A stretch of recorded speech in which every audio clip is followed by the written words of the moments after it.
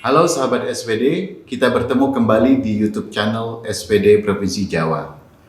Saya Bruder Yosef Pai SPD akan membacakan kisah tentang riwayat hidup Santo Yosef Freina de Metz kepada sahabat semuanya. Santo Yosef Freina de Metz lahir pada tanggal 15 April tahun 1852 di Oyes, sebuah perkampungan kecil di tengah pegunungan Alpen, Italia Utara. Daerah ini dikenal dengan nama Tirol Selatan yang menjadi bagian dari kekuasaan Austro-Hungaria. Santo Yosef Freina de Metz langsung dibaptis pada hari kelahirannya dan mewarisi pola hidup iman keluarga yang bersahaja tetapi ulet, setia pada kehendak Tuhan dan berjuang untuk mewujudkannya. Santo Yosef memulai pendidikannya sebagai calon imam di Keuskupan Bressanone, Brixen. Di masa pendidikan ini, ia sudah sering berpikir tentang bermisi di tanah asing.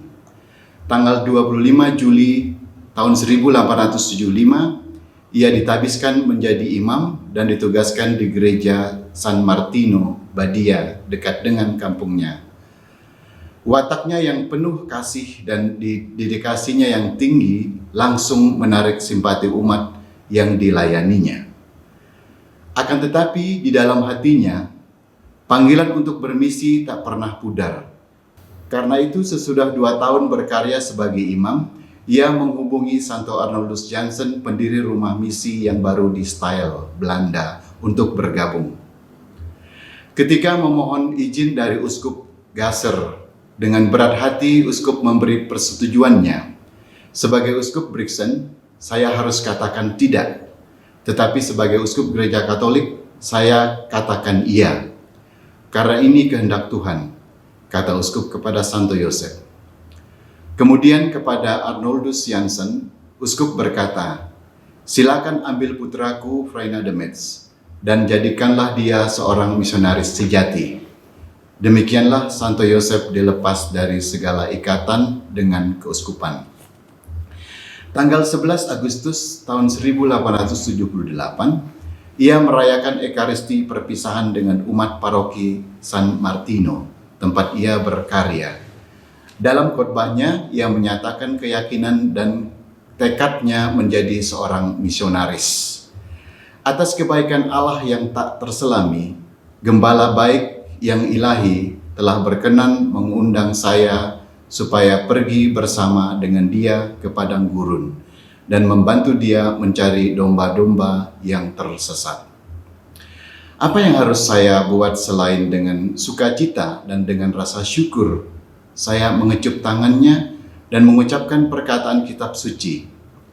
Lihat, saya datang. Seperti Abraham, saya tinggalkan rumah dan orang tua, kampung halaman, dan Anda sekalian yang saya cintai, dan pergi ke tanah yang akan ditunjukkan Tuhan kepadaku. Saya merasa berat meninggalkan orang tua yang tercinta dan begitu banyak penderma dan sahabat.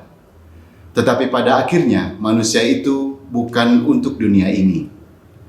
Dia diciptakan untuk sesuatu yang lebih besar, bukan untuk menikmati hidup ini, melainkan untuk bekerja di tempat Tuhan yang memanggilnya. Selepas perpisahan itu, ia pun berangkat ke Stijl, Belanda, dan diterima masuk ke dalam rumah misi yang baru. Beberapa bulan kemudian, yakni 2 Maret tahun 1879, ia diutus sebagai misionaris perdana ke Cina, bersama dengan seorang misionaris lain, yakni Pastor Johannes Baptist Anser.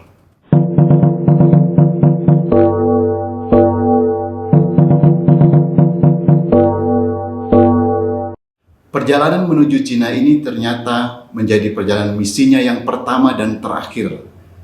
Tidak pernah sekalipun ia kembali ke tanah kelahirannya di benua Eropa. 5 minggu berlayar, Santo Yosef dan Pastor Anser tiba di Hong Kong. Sesudah 2 tahun persiapan di Hong Kong, yakni tahun 1881, Santo Yosef beralih ke Shantung Selatan, sebuah provinsi di Cina. Dengan 12 juta penduduk, tetapi hanya ada 158 orang Kristiani. Di tahun-tahun awal di sana merupakan perjuangan yang sangat berat baginya karena penuh dengan perjuangan membentuk komunitas Kristiani. Ketika komunitas itu mulai mandiri dalam karya kerasulan dan iman mereka, Santo Yosef diperintahkan uskupnya untuk meninggalkan tempat itu dan beralih ke tempat misi baru. Tentunya ia menemukan situasi baru, orang baru, dan tantangan baru. Menghadapi semua ini, Santo Yosef hanya berpegang pada kata-kata Kristus. Setiap orang yang mau mengikuti aku, ia harus menyangkal dirinya, memikul salibnya, dan mengikuti aku. Inilah kekuatan Santo Yosef yang paling menonjol. Dalam surat-suratnya, ia sering melukiskan kerinduannya kepada tanah kelahirannya. Tetapi kerinduan itu tidak sekalipun diwujudkannya, karena ia ingin selalu hadir di tengah umat yang dilayaninya. Tahun 1900, ketika ada perayaan 25 tahun SPD di Style, Santo Yosef memutuskan untuk tidak menghadirinya karena ia mau hidup dan senasib dengan umatnya. Dikarenakan saat itu umatnya sering dianiaya oleh kaum Boxer Cina yang sangat anti dengan pengaruh asing. Ia sadar akan gawatnya keadaan umat setempat sehingga memutuskan untuk tidak meninggalkan mereka. Saya mencintai Cina dan orang-orang Cina. Saya ingin mati dan dikuburkan di antara mereka, dan di surga nanti saya mau tetap menjadi orang Cina. Demikian ucapannya yang terkenal. Selain kesetiaan kepada tugas perutusannya, Santo Yosef juga tulus dan terbuka terhadap budaya dan tradisi lokal. Ia meninggalkan tradisi dan kebiasaan Eropanya dan menerima serta menghayati pola hidup masyarakat setempat. Bersama dengan Pastor Anser yang kemudian menjadi uskup dan sejumlah katekis awam, ia mempersiapkan katekumen dan menerjemahkan katekismus ke dalam bahasa Cina untuk umatnya. Demikian juga tata liturgi dan devosi yang dirayakannya, ia sangat memperhatikan pola kultur masyarakat lokal. Ia pun berpakaian dengan gaya lokal dan menjalin persahabatan dengan tokoh-tokoh masyarakat lokal. Dengan demikian, ia diterima dan dianggap sebagai salah seorang anggota komunitas setempat. Pola hidup misioner yang inkulturatif ini membuatnya mudah untuk berkomunikasi dengan aneka tradisi, agama, dan lapisan masyarakat.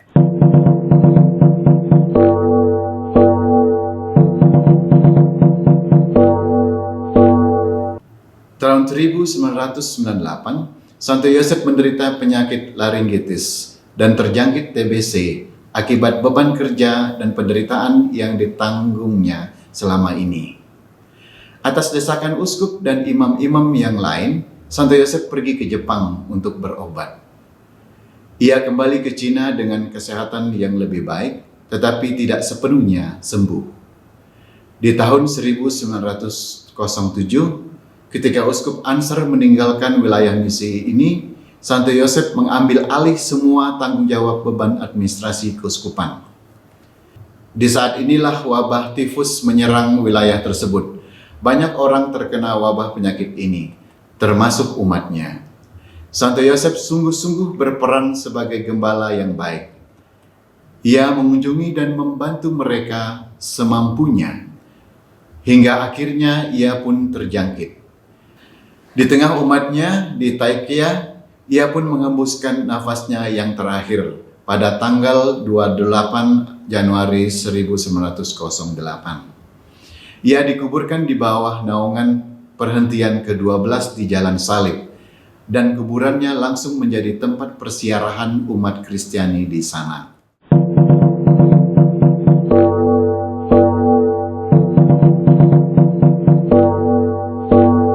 Santo Yosef mampu belajar dan menemukan kebesaran dan keindahan budaya Cina. Ia begitu menyatu dengan budaya setempat dan mengasihi orang-orang Cina. Ia mendharma baktikan diri untuk pewartaan Injil, membawa pesan cinta Tuhan kepada umat manusia, dan sungguh mewujudkan cinta itu di dalam komunitas Kristiani Cina. Ia menggerakkan komunitas-komunitas umat beriman agar terbuka dan menyatu dengan masyarakat sekitar. Ia mendorong orang-orang Kristiani Cina untuk menjadi misionaris bagi masyarakat mereka sendiri sebagai katekis, biarawan, dan biarawati, serta imam. Ia percaya kasih Tuhan mampu mengalahkan segala perbedaan, terungkap dalam kalimat emas yang diyakininya. Satu-satunya bahasa yang bisa dimengerti oleh semua orang ialah bahasa cinta.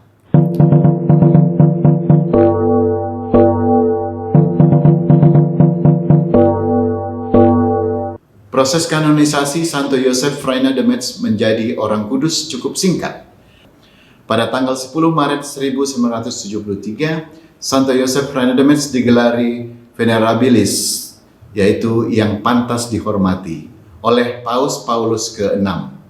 Pada tanggal 19 Oktober tahun 1975, Santo Yosef Reina de Metz digelar Beato, yang berarti berbahagia, oleh Paus Paulus ke-6. Lalu pada tanggal 5 Oktober tahun 2003, Santo Yosef Reina de Metz digelar Santo oleh Paus Yohanes Paulus II. Sahabat SPD, inilah kisah riwayat hidup Santo Yosef Reina de Metz. Semoga teladan hidupnya menginspirasi kita semua untuk selalu mewartakan Kristus kemana-mana dan di mana saja kita diutus. Terima kasih.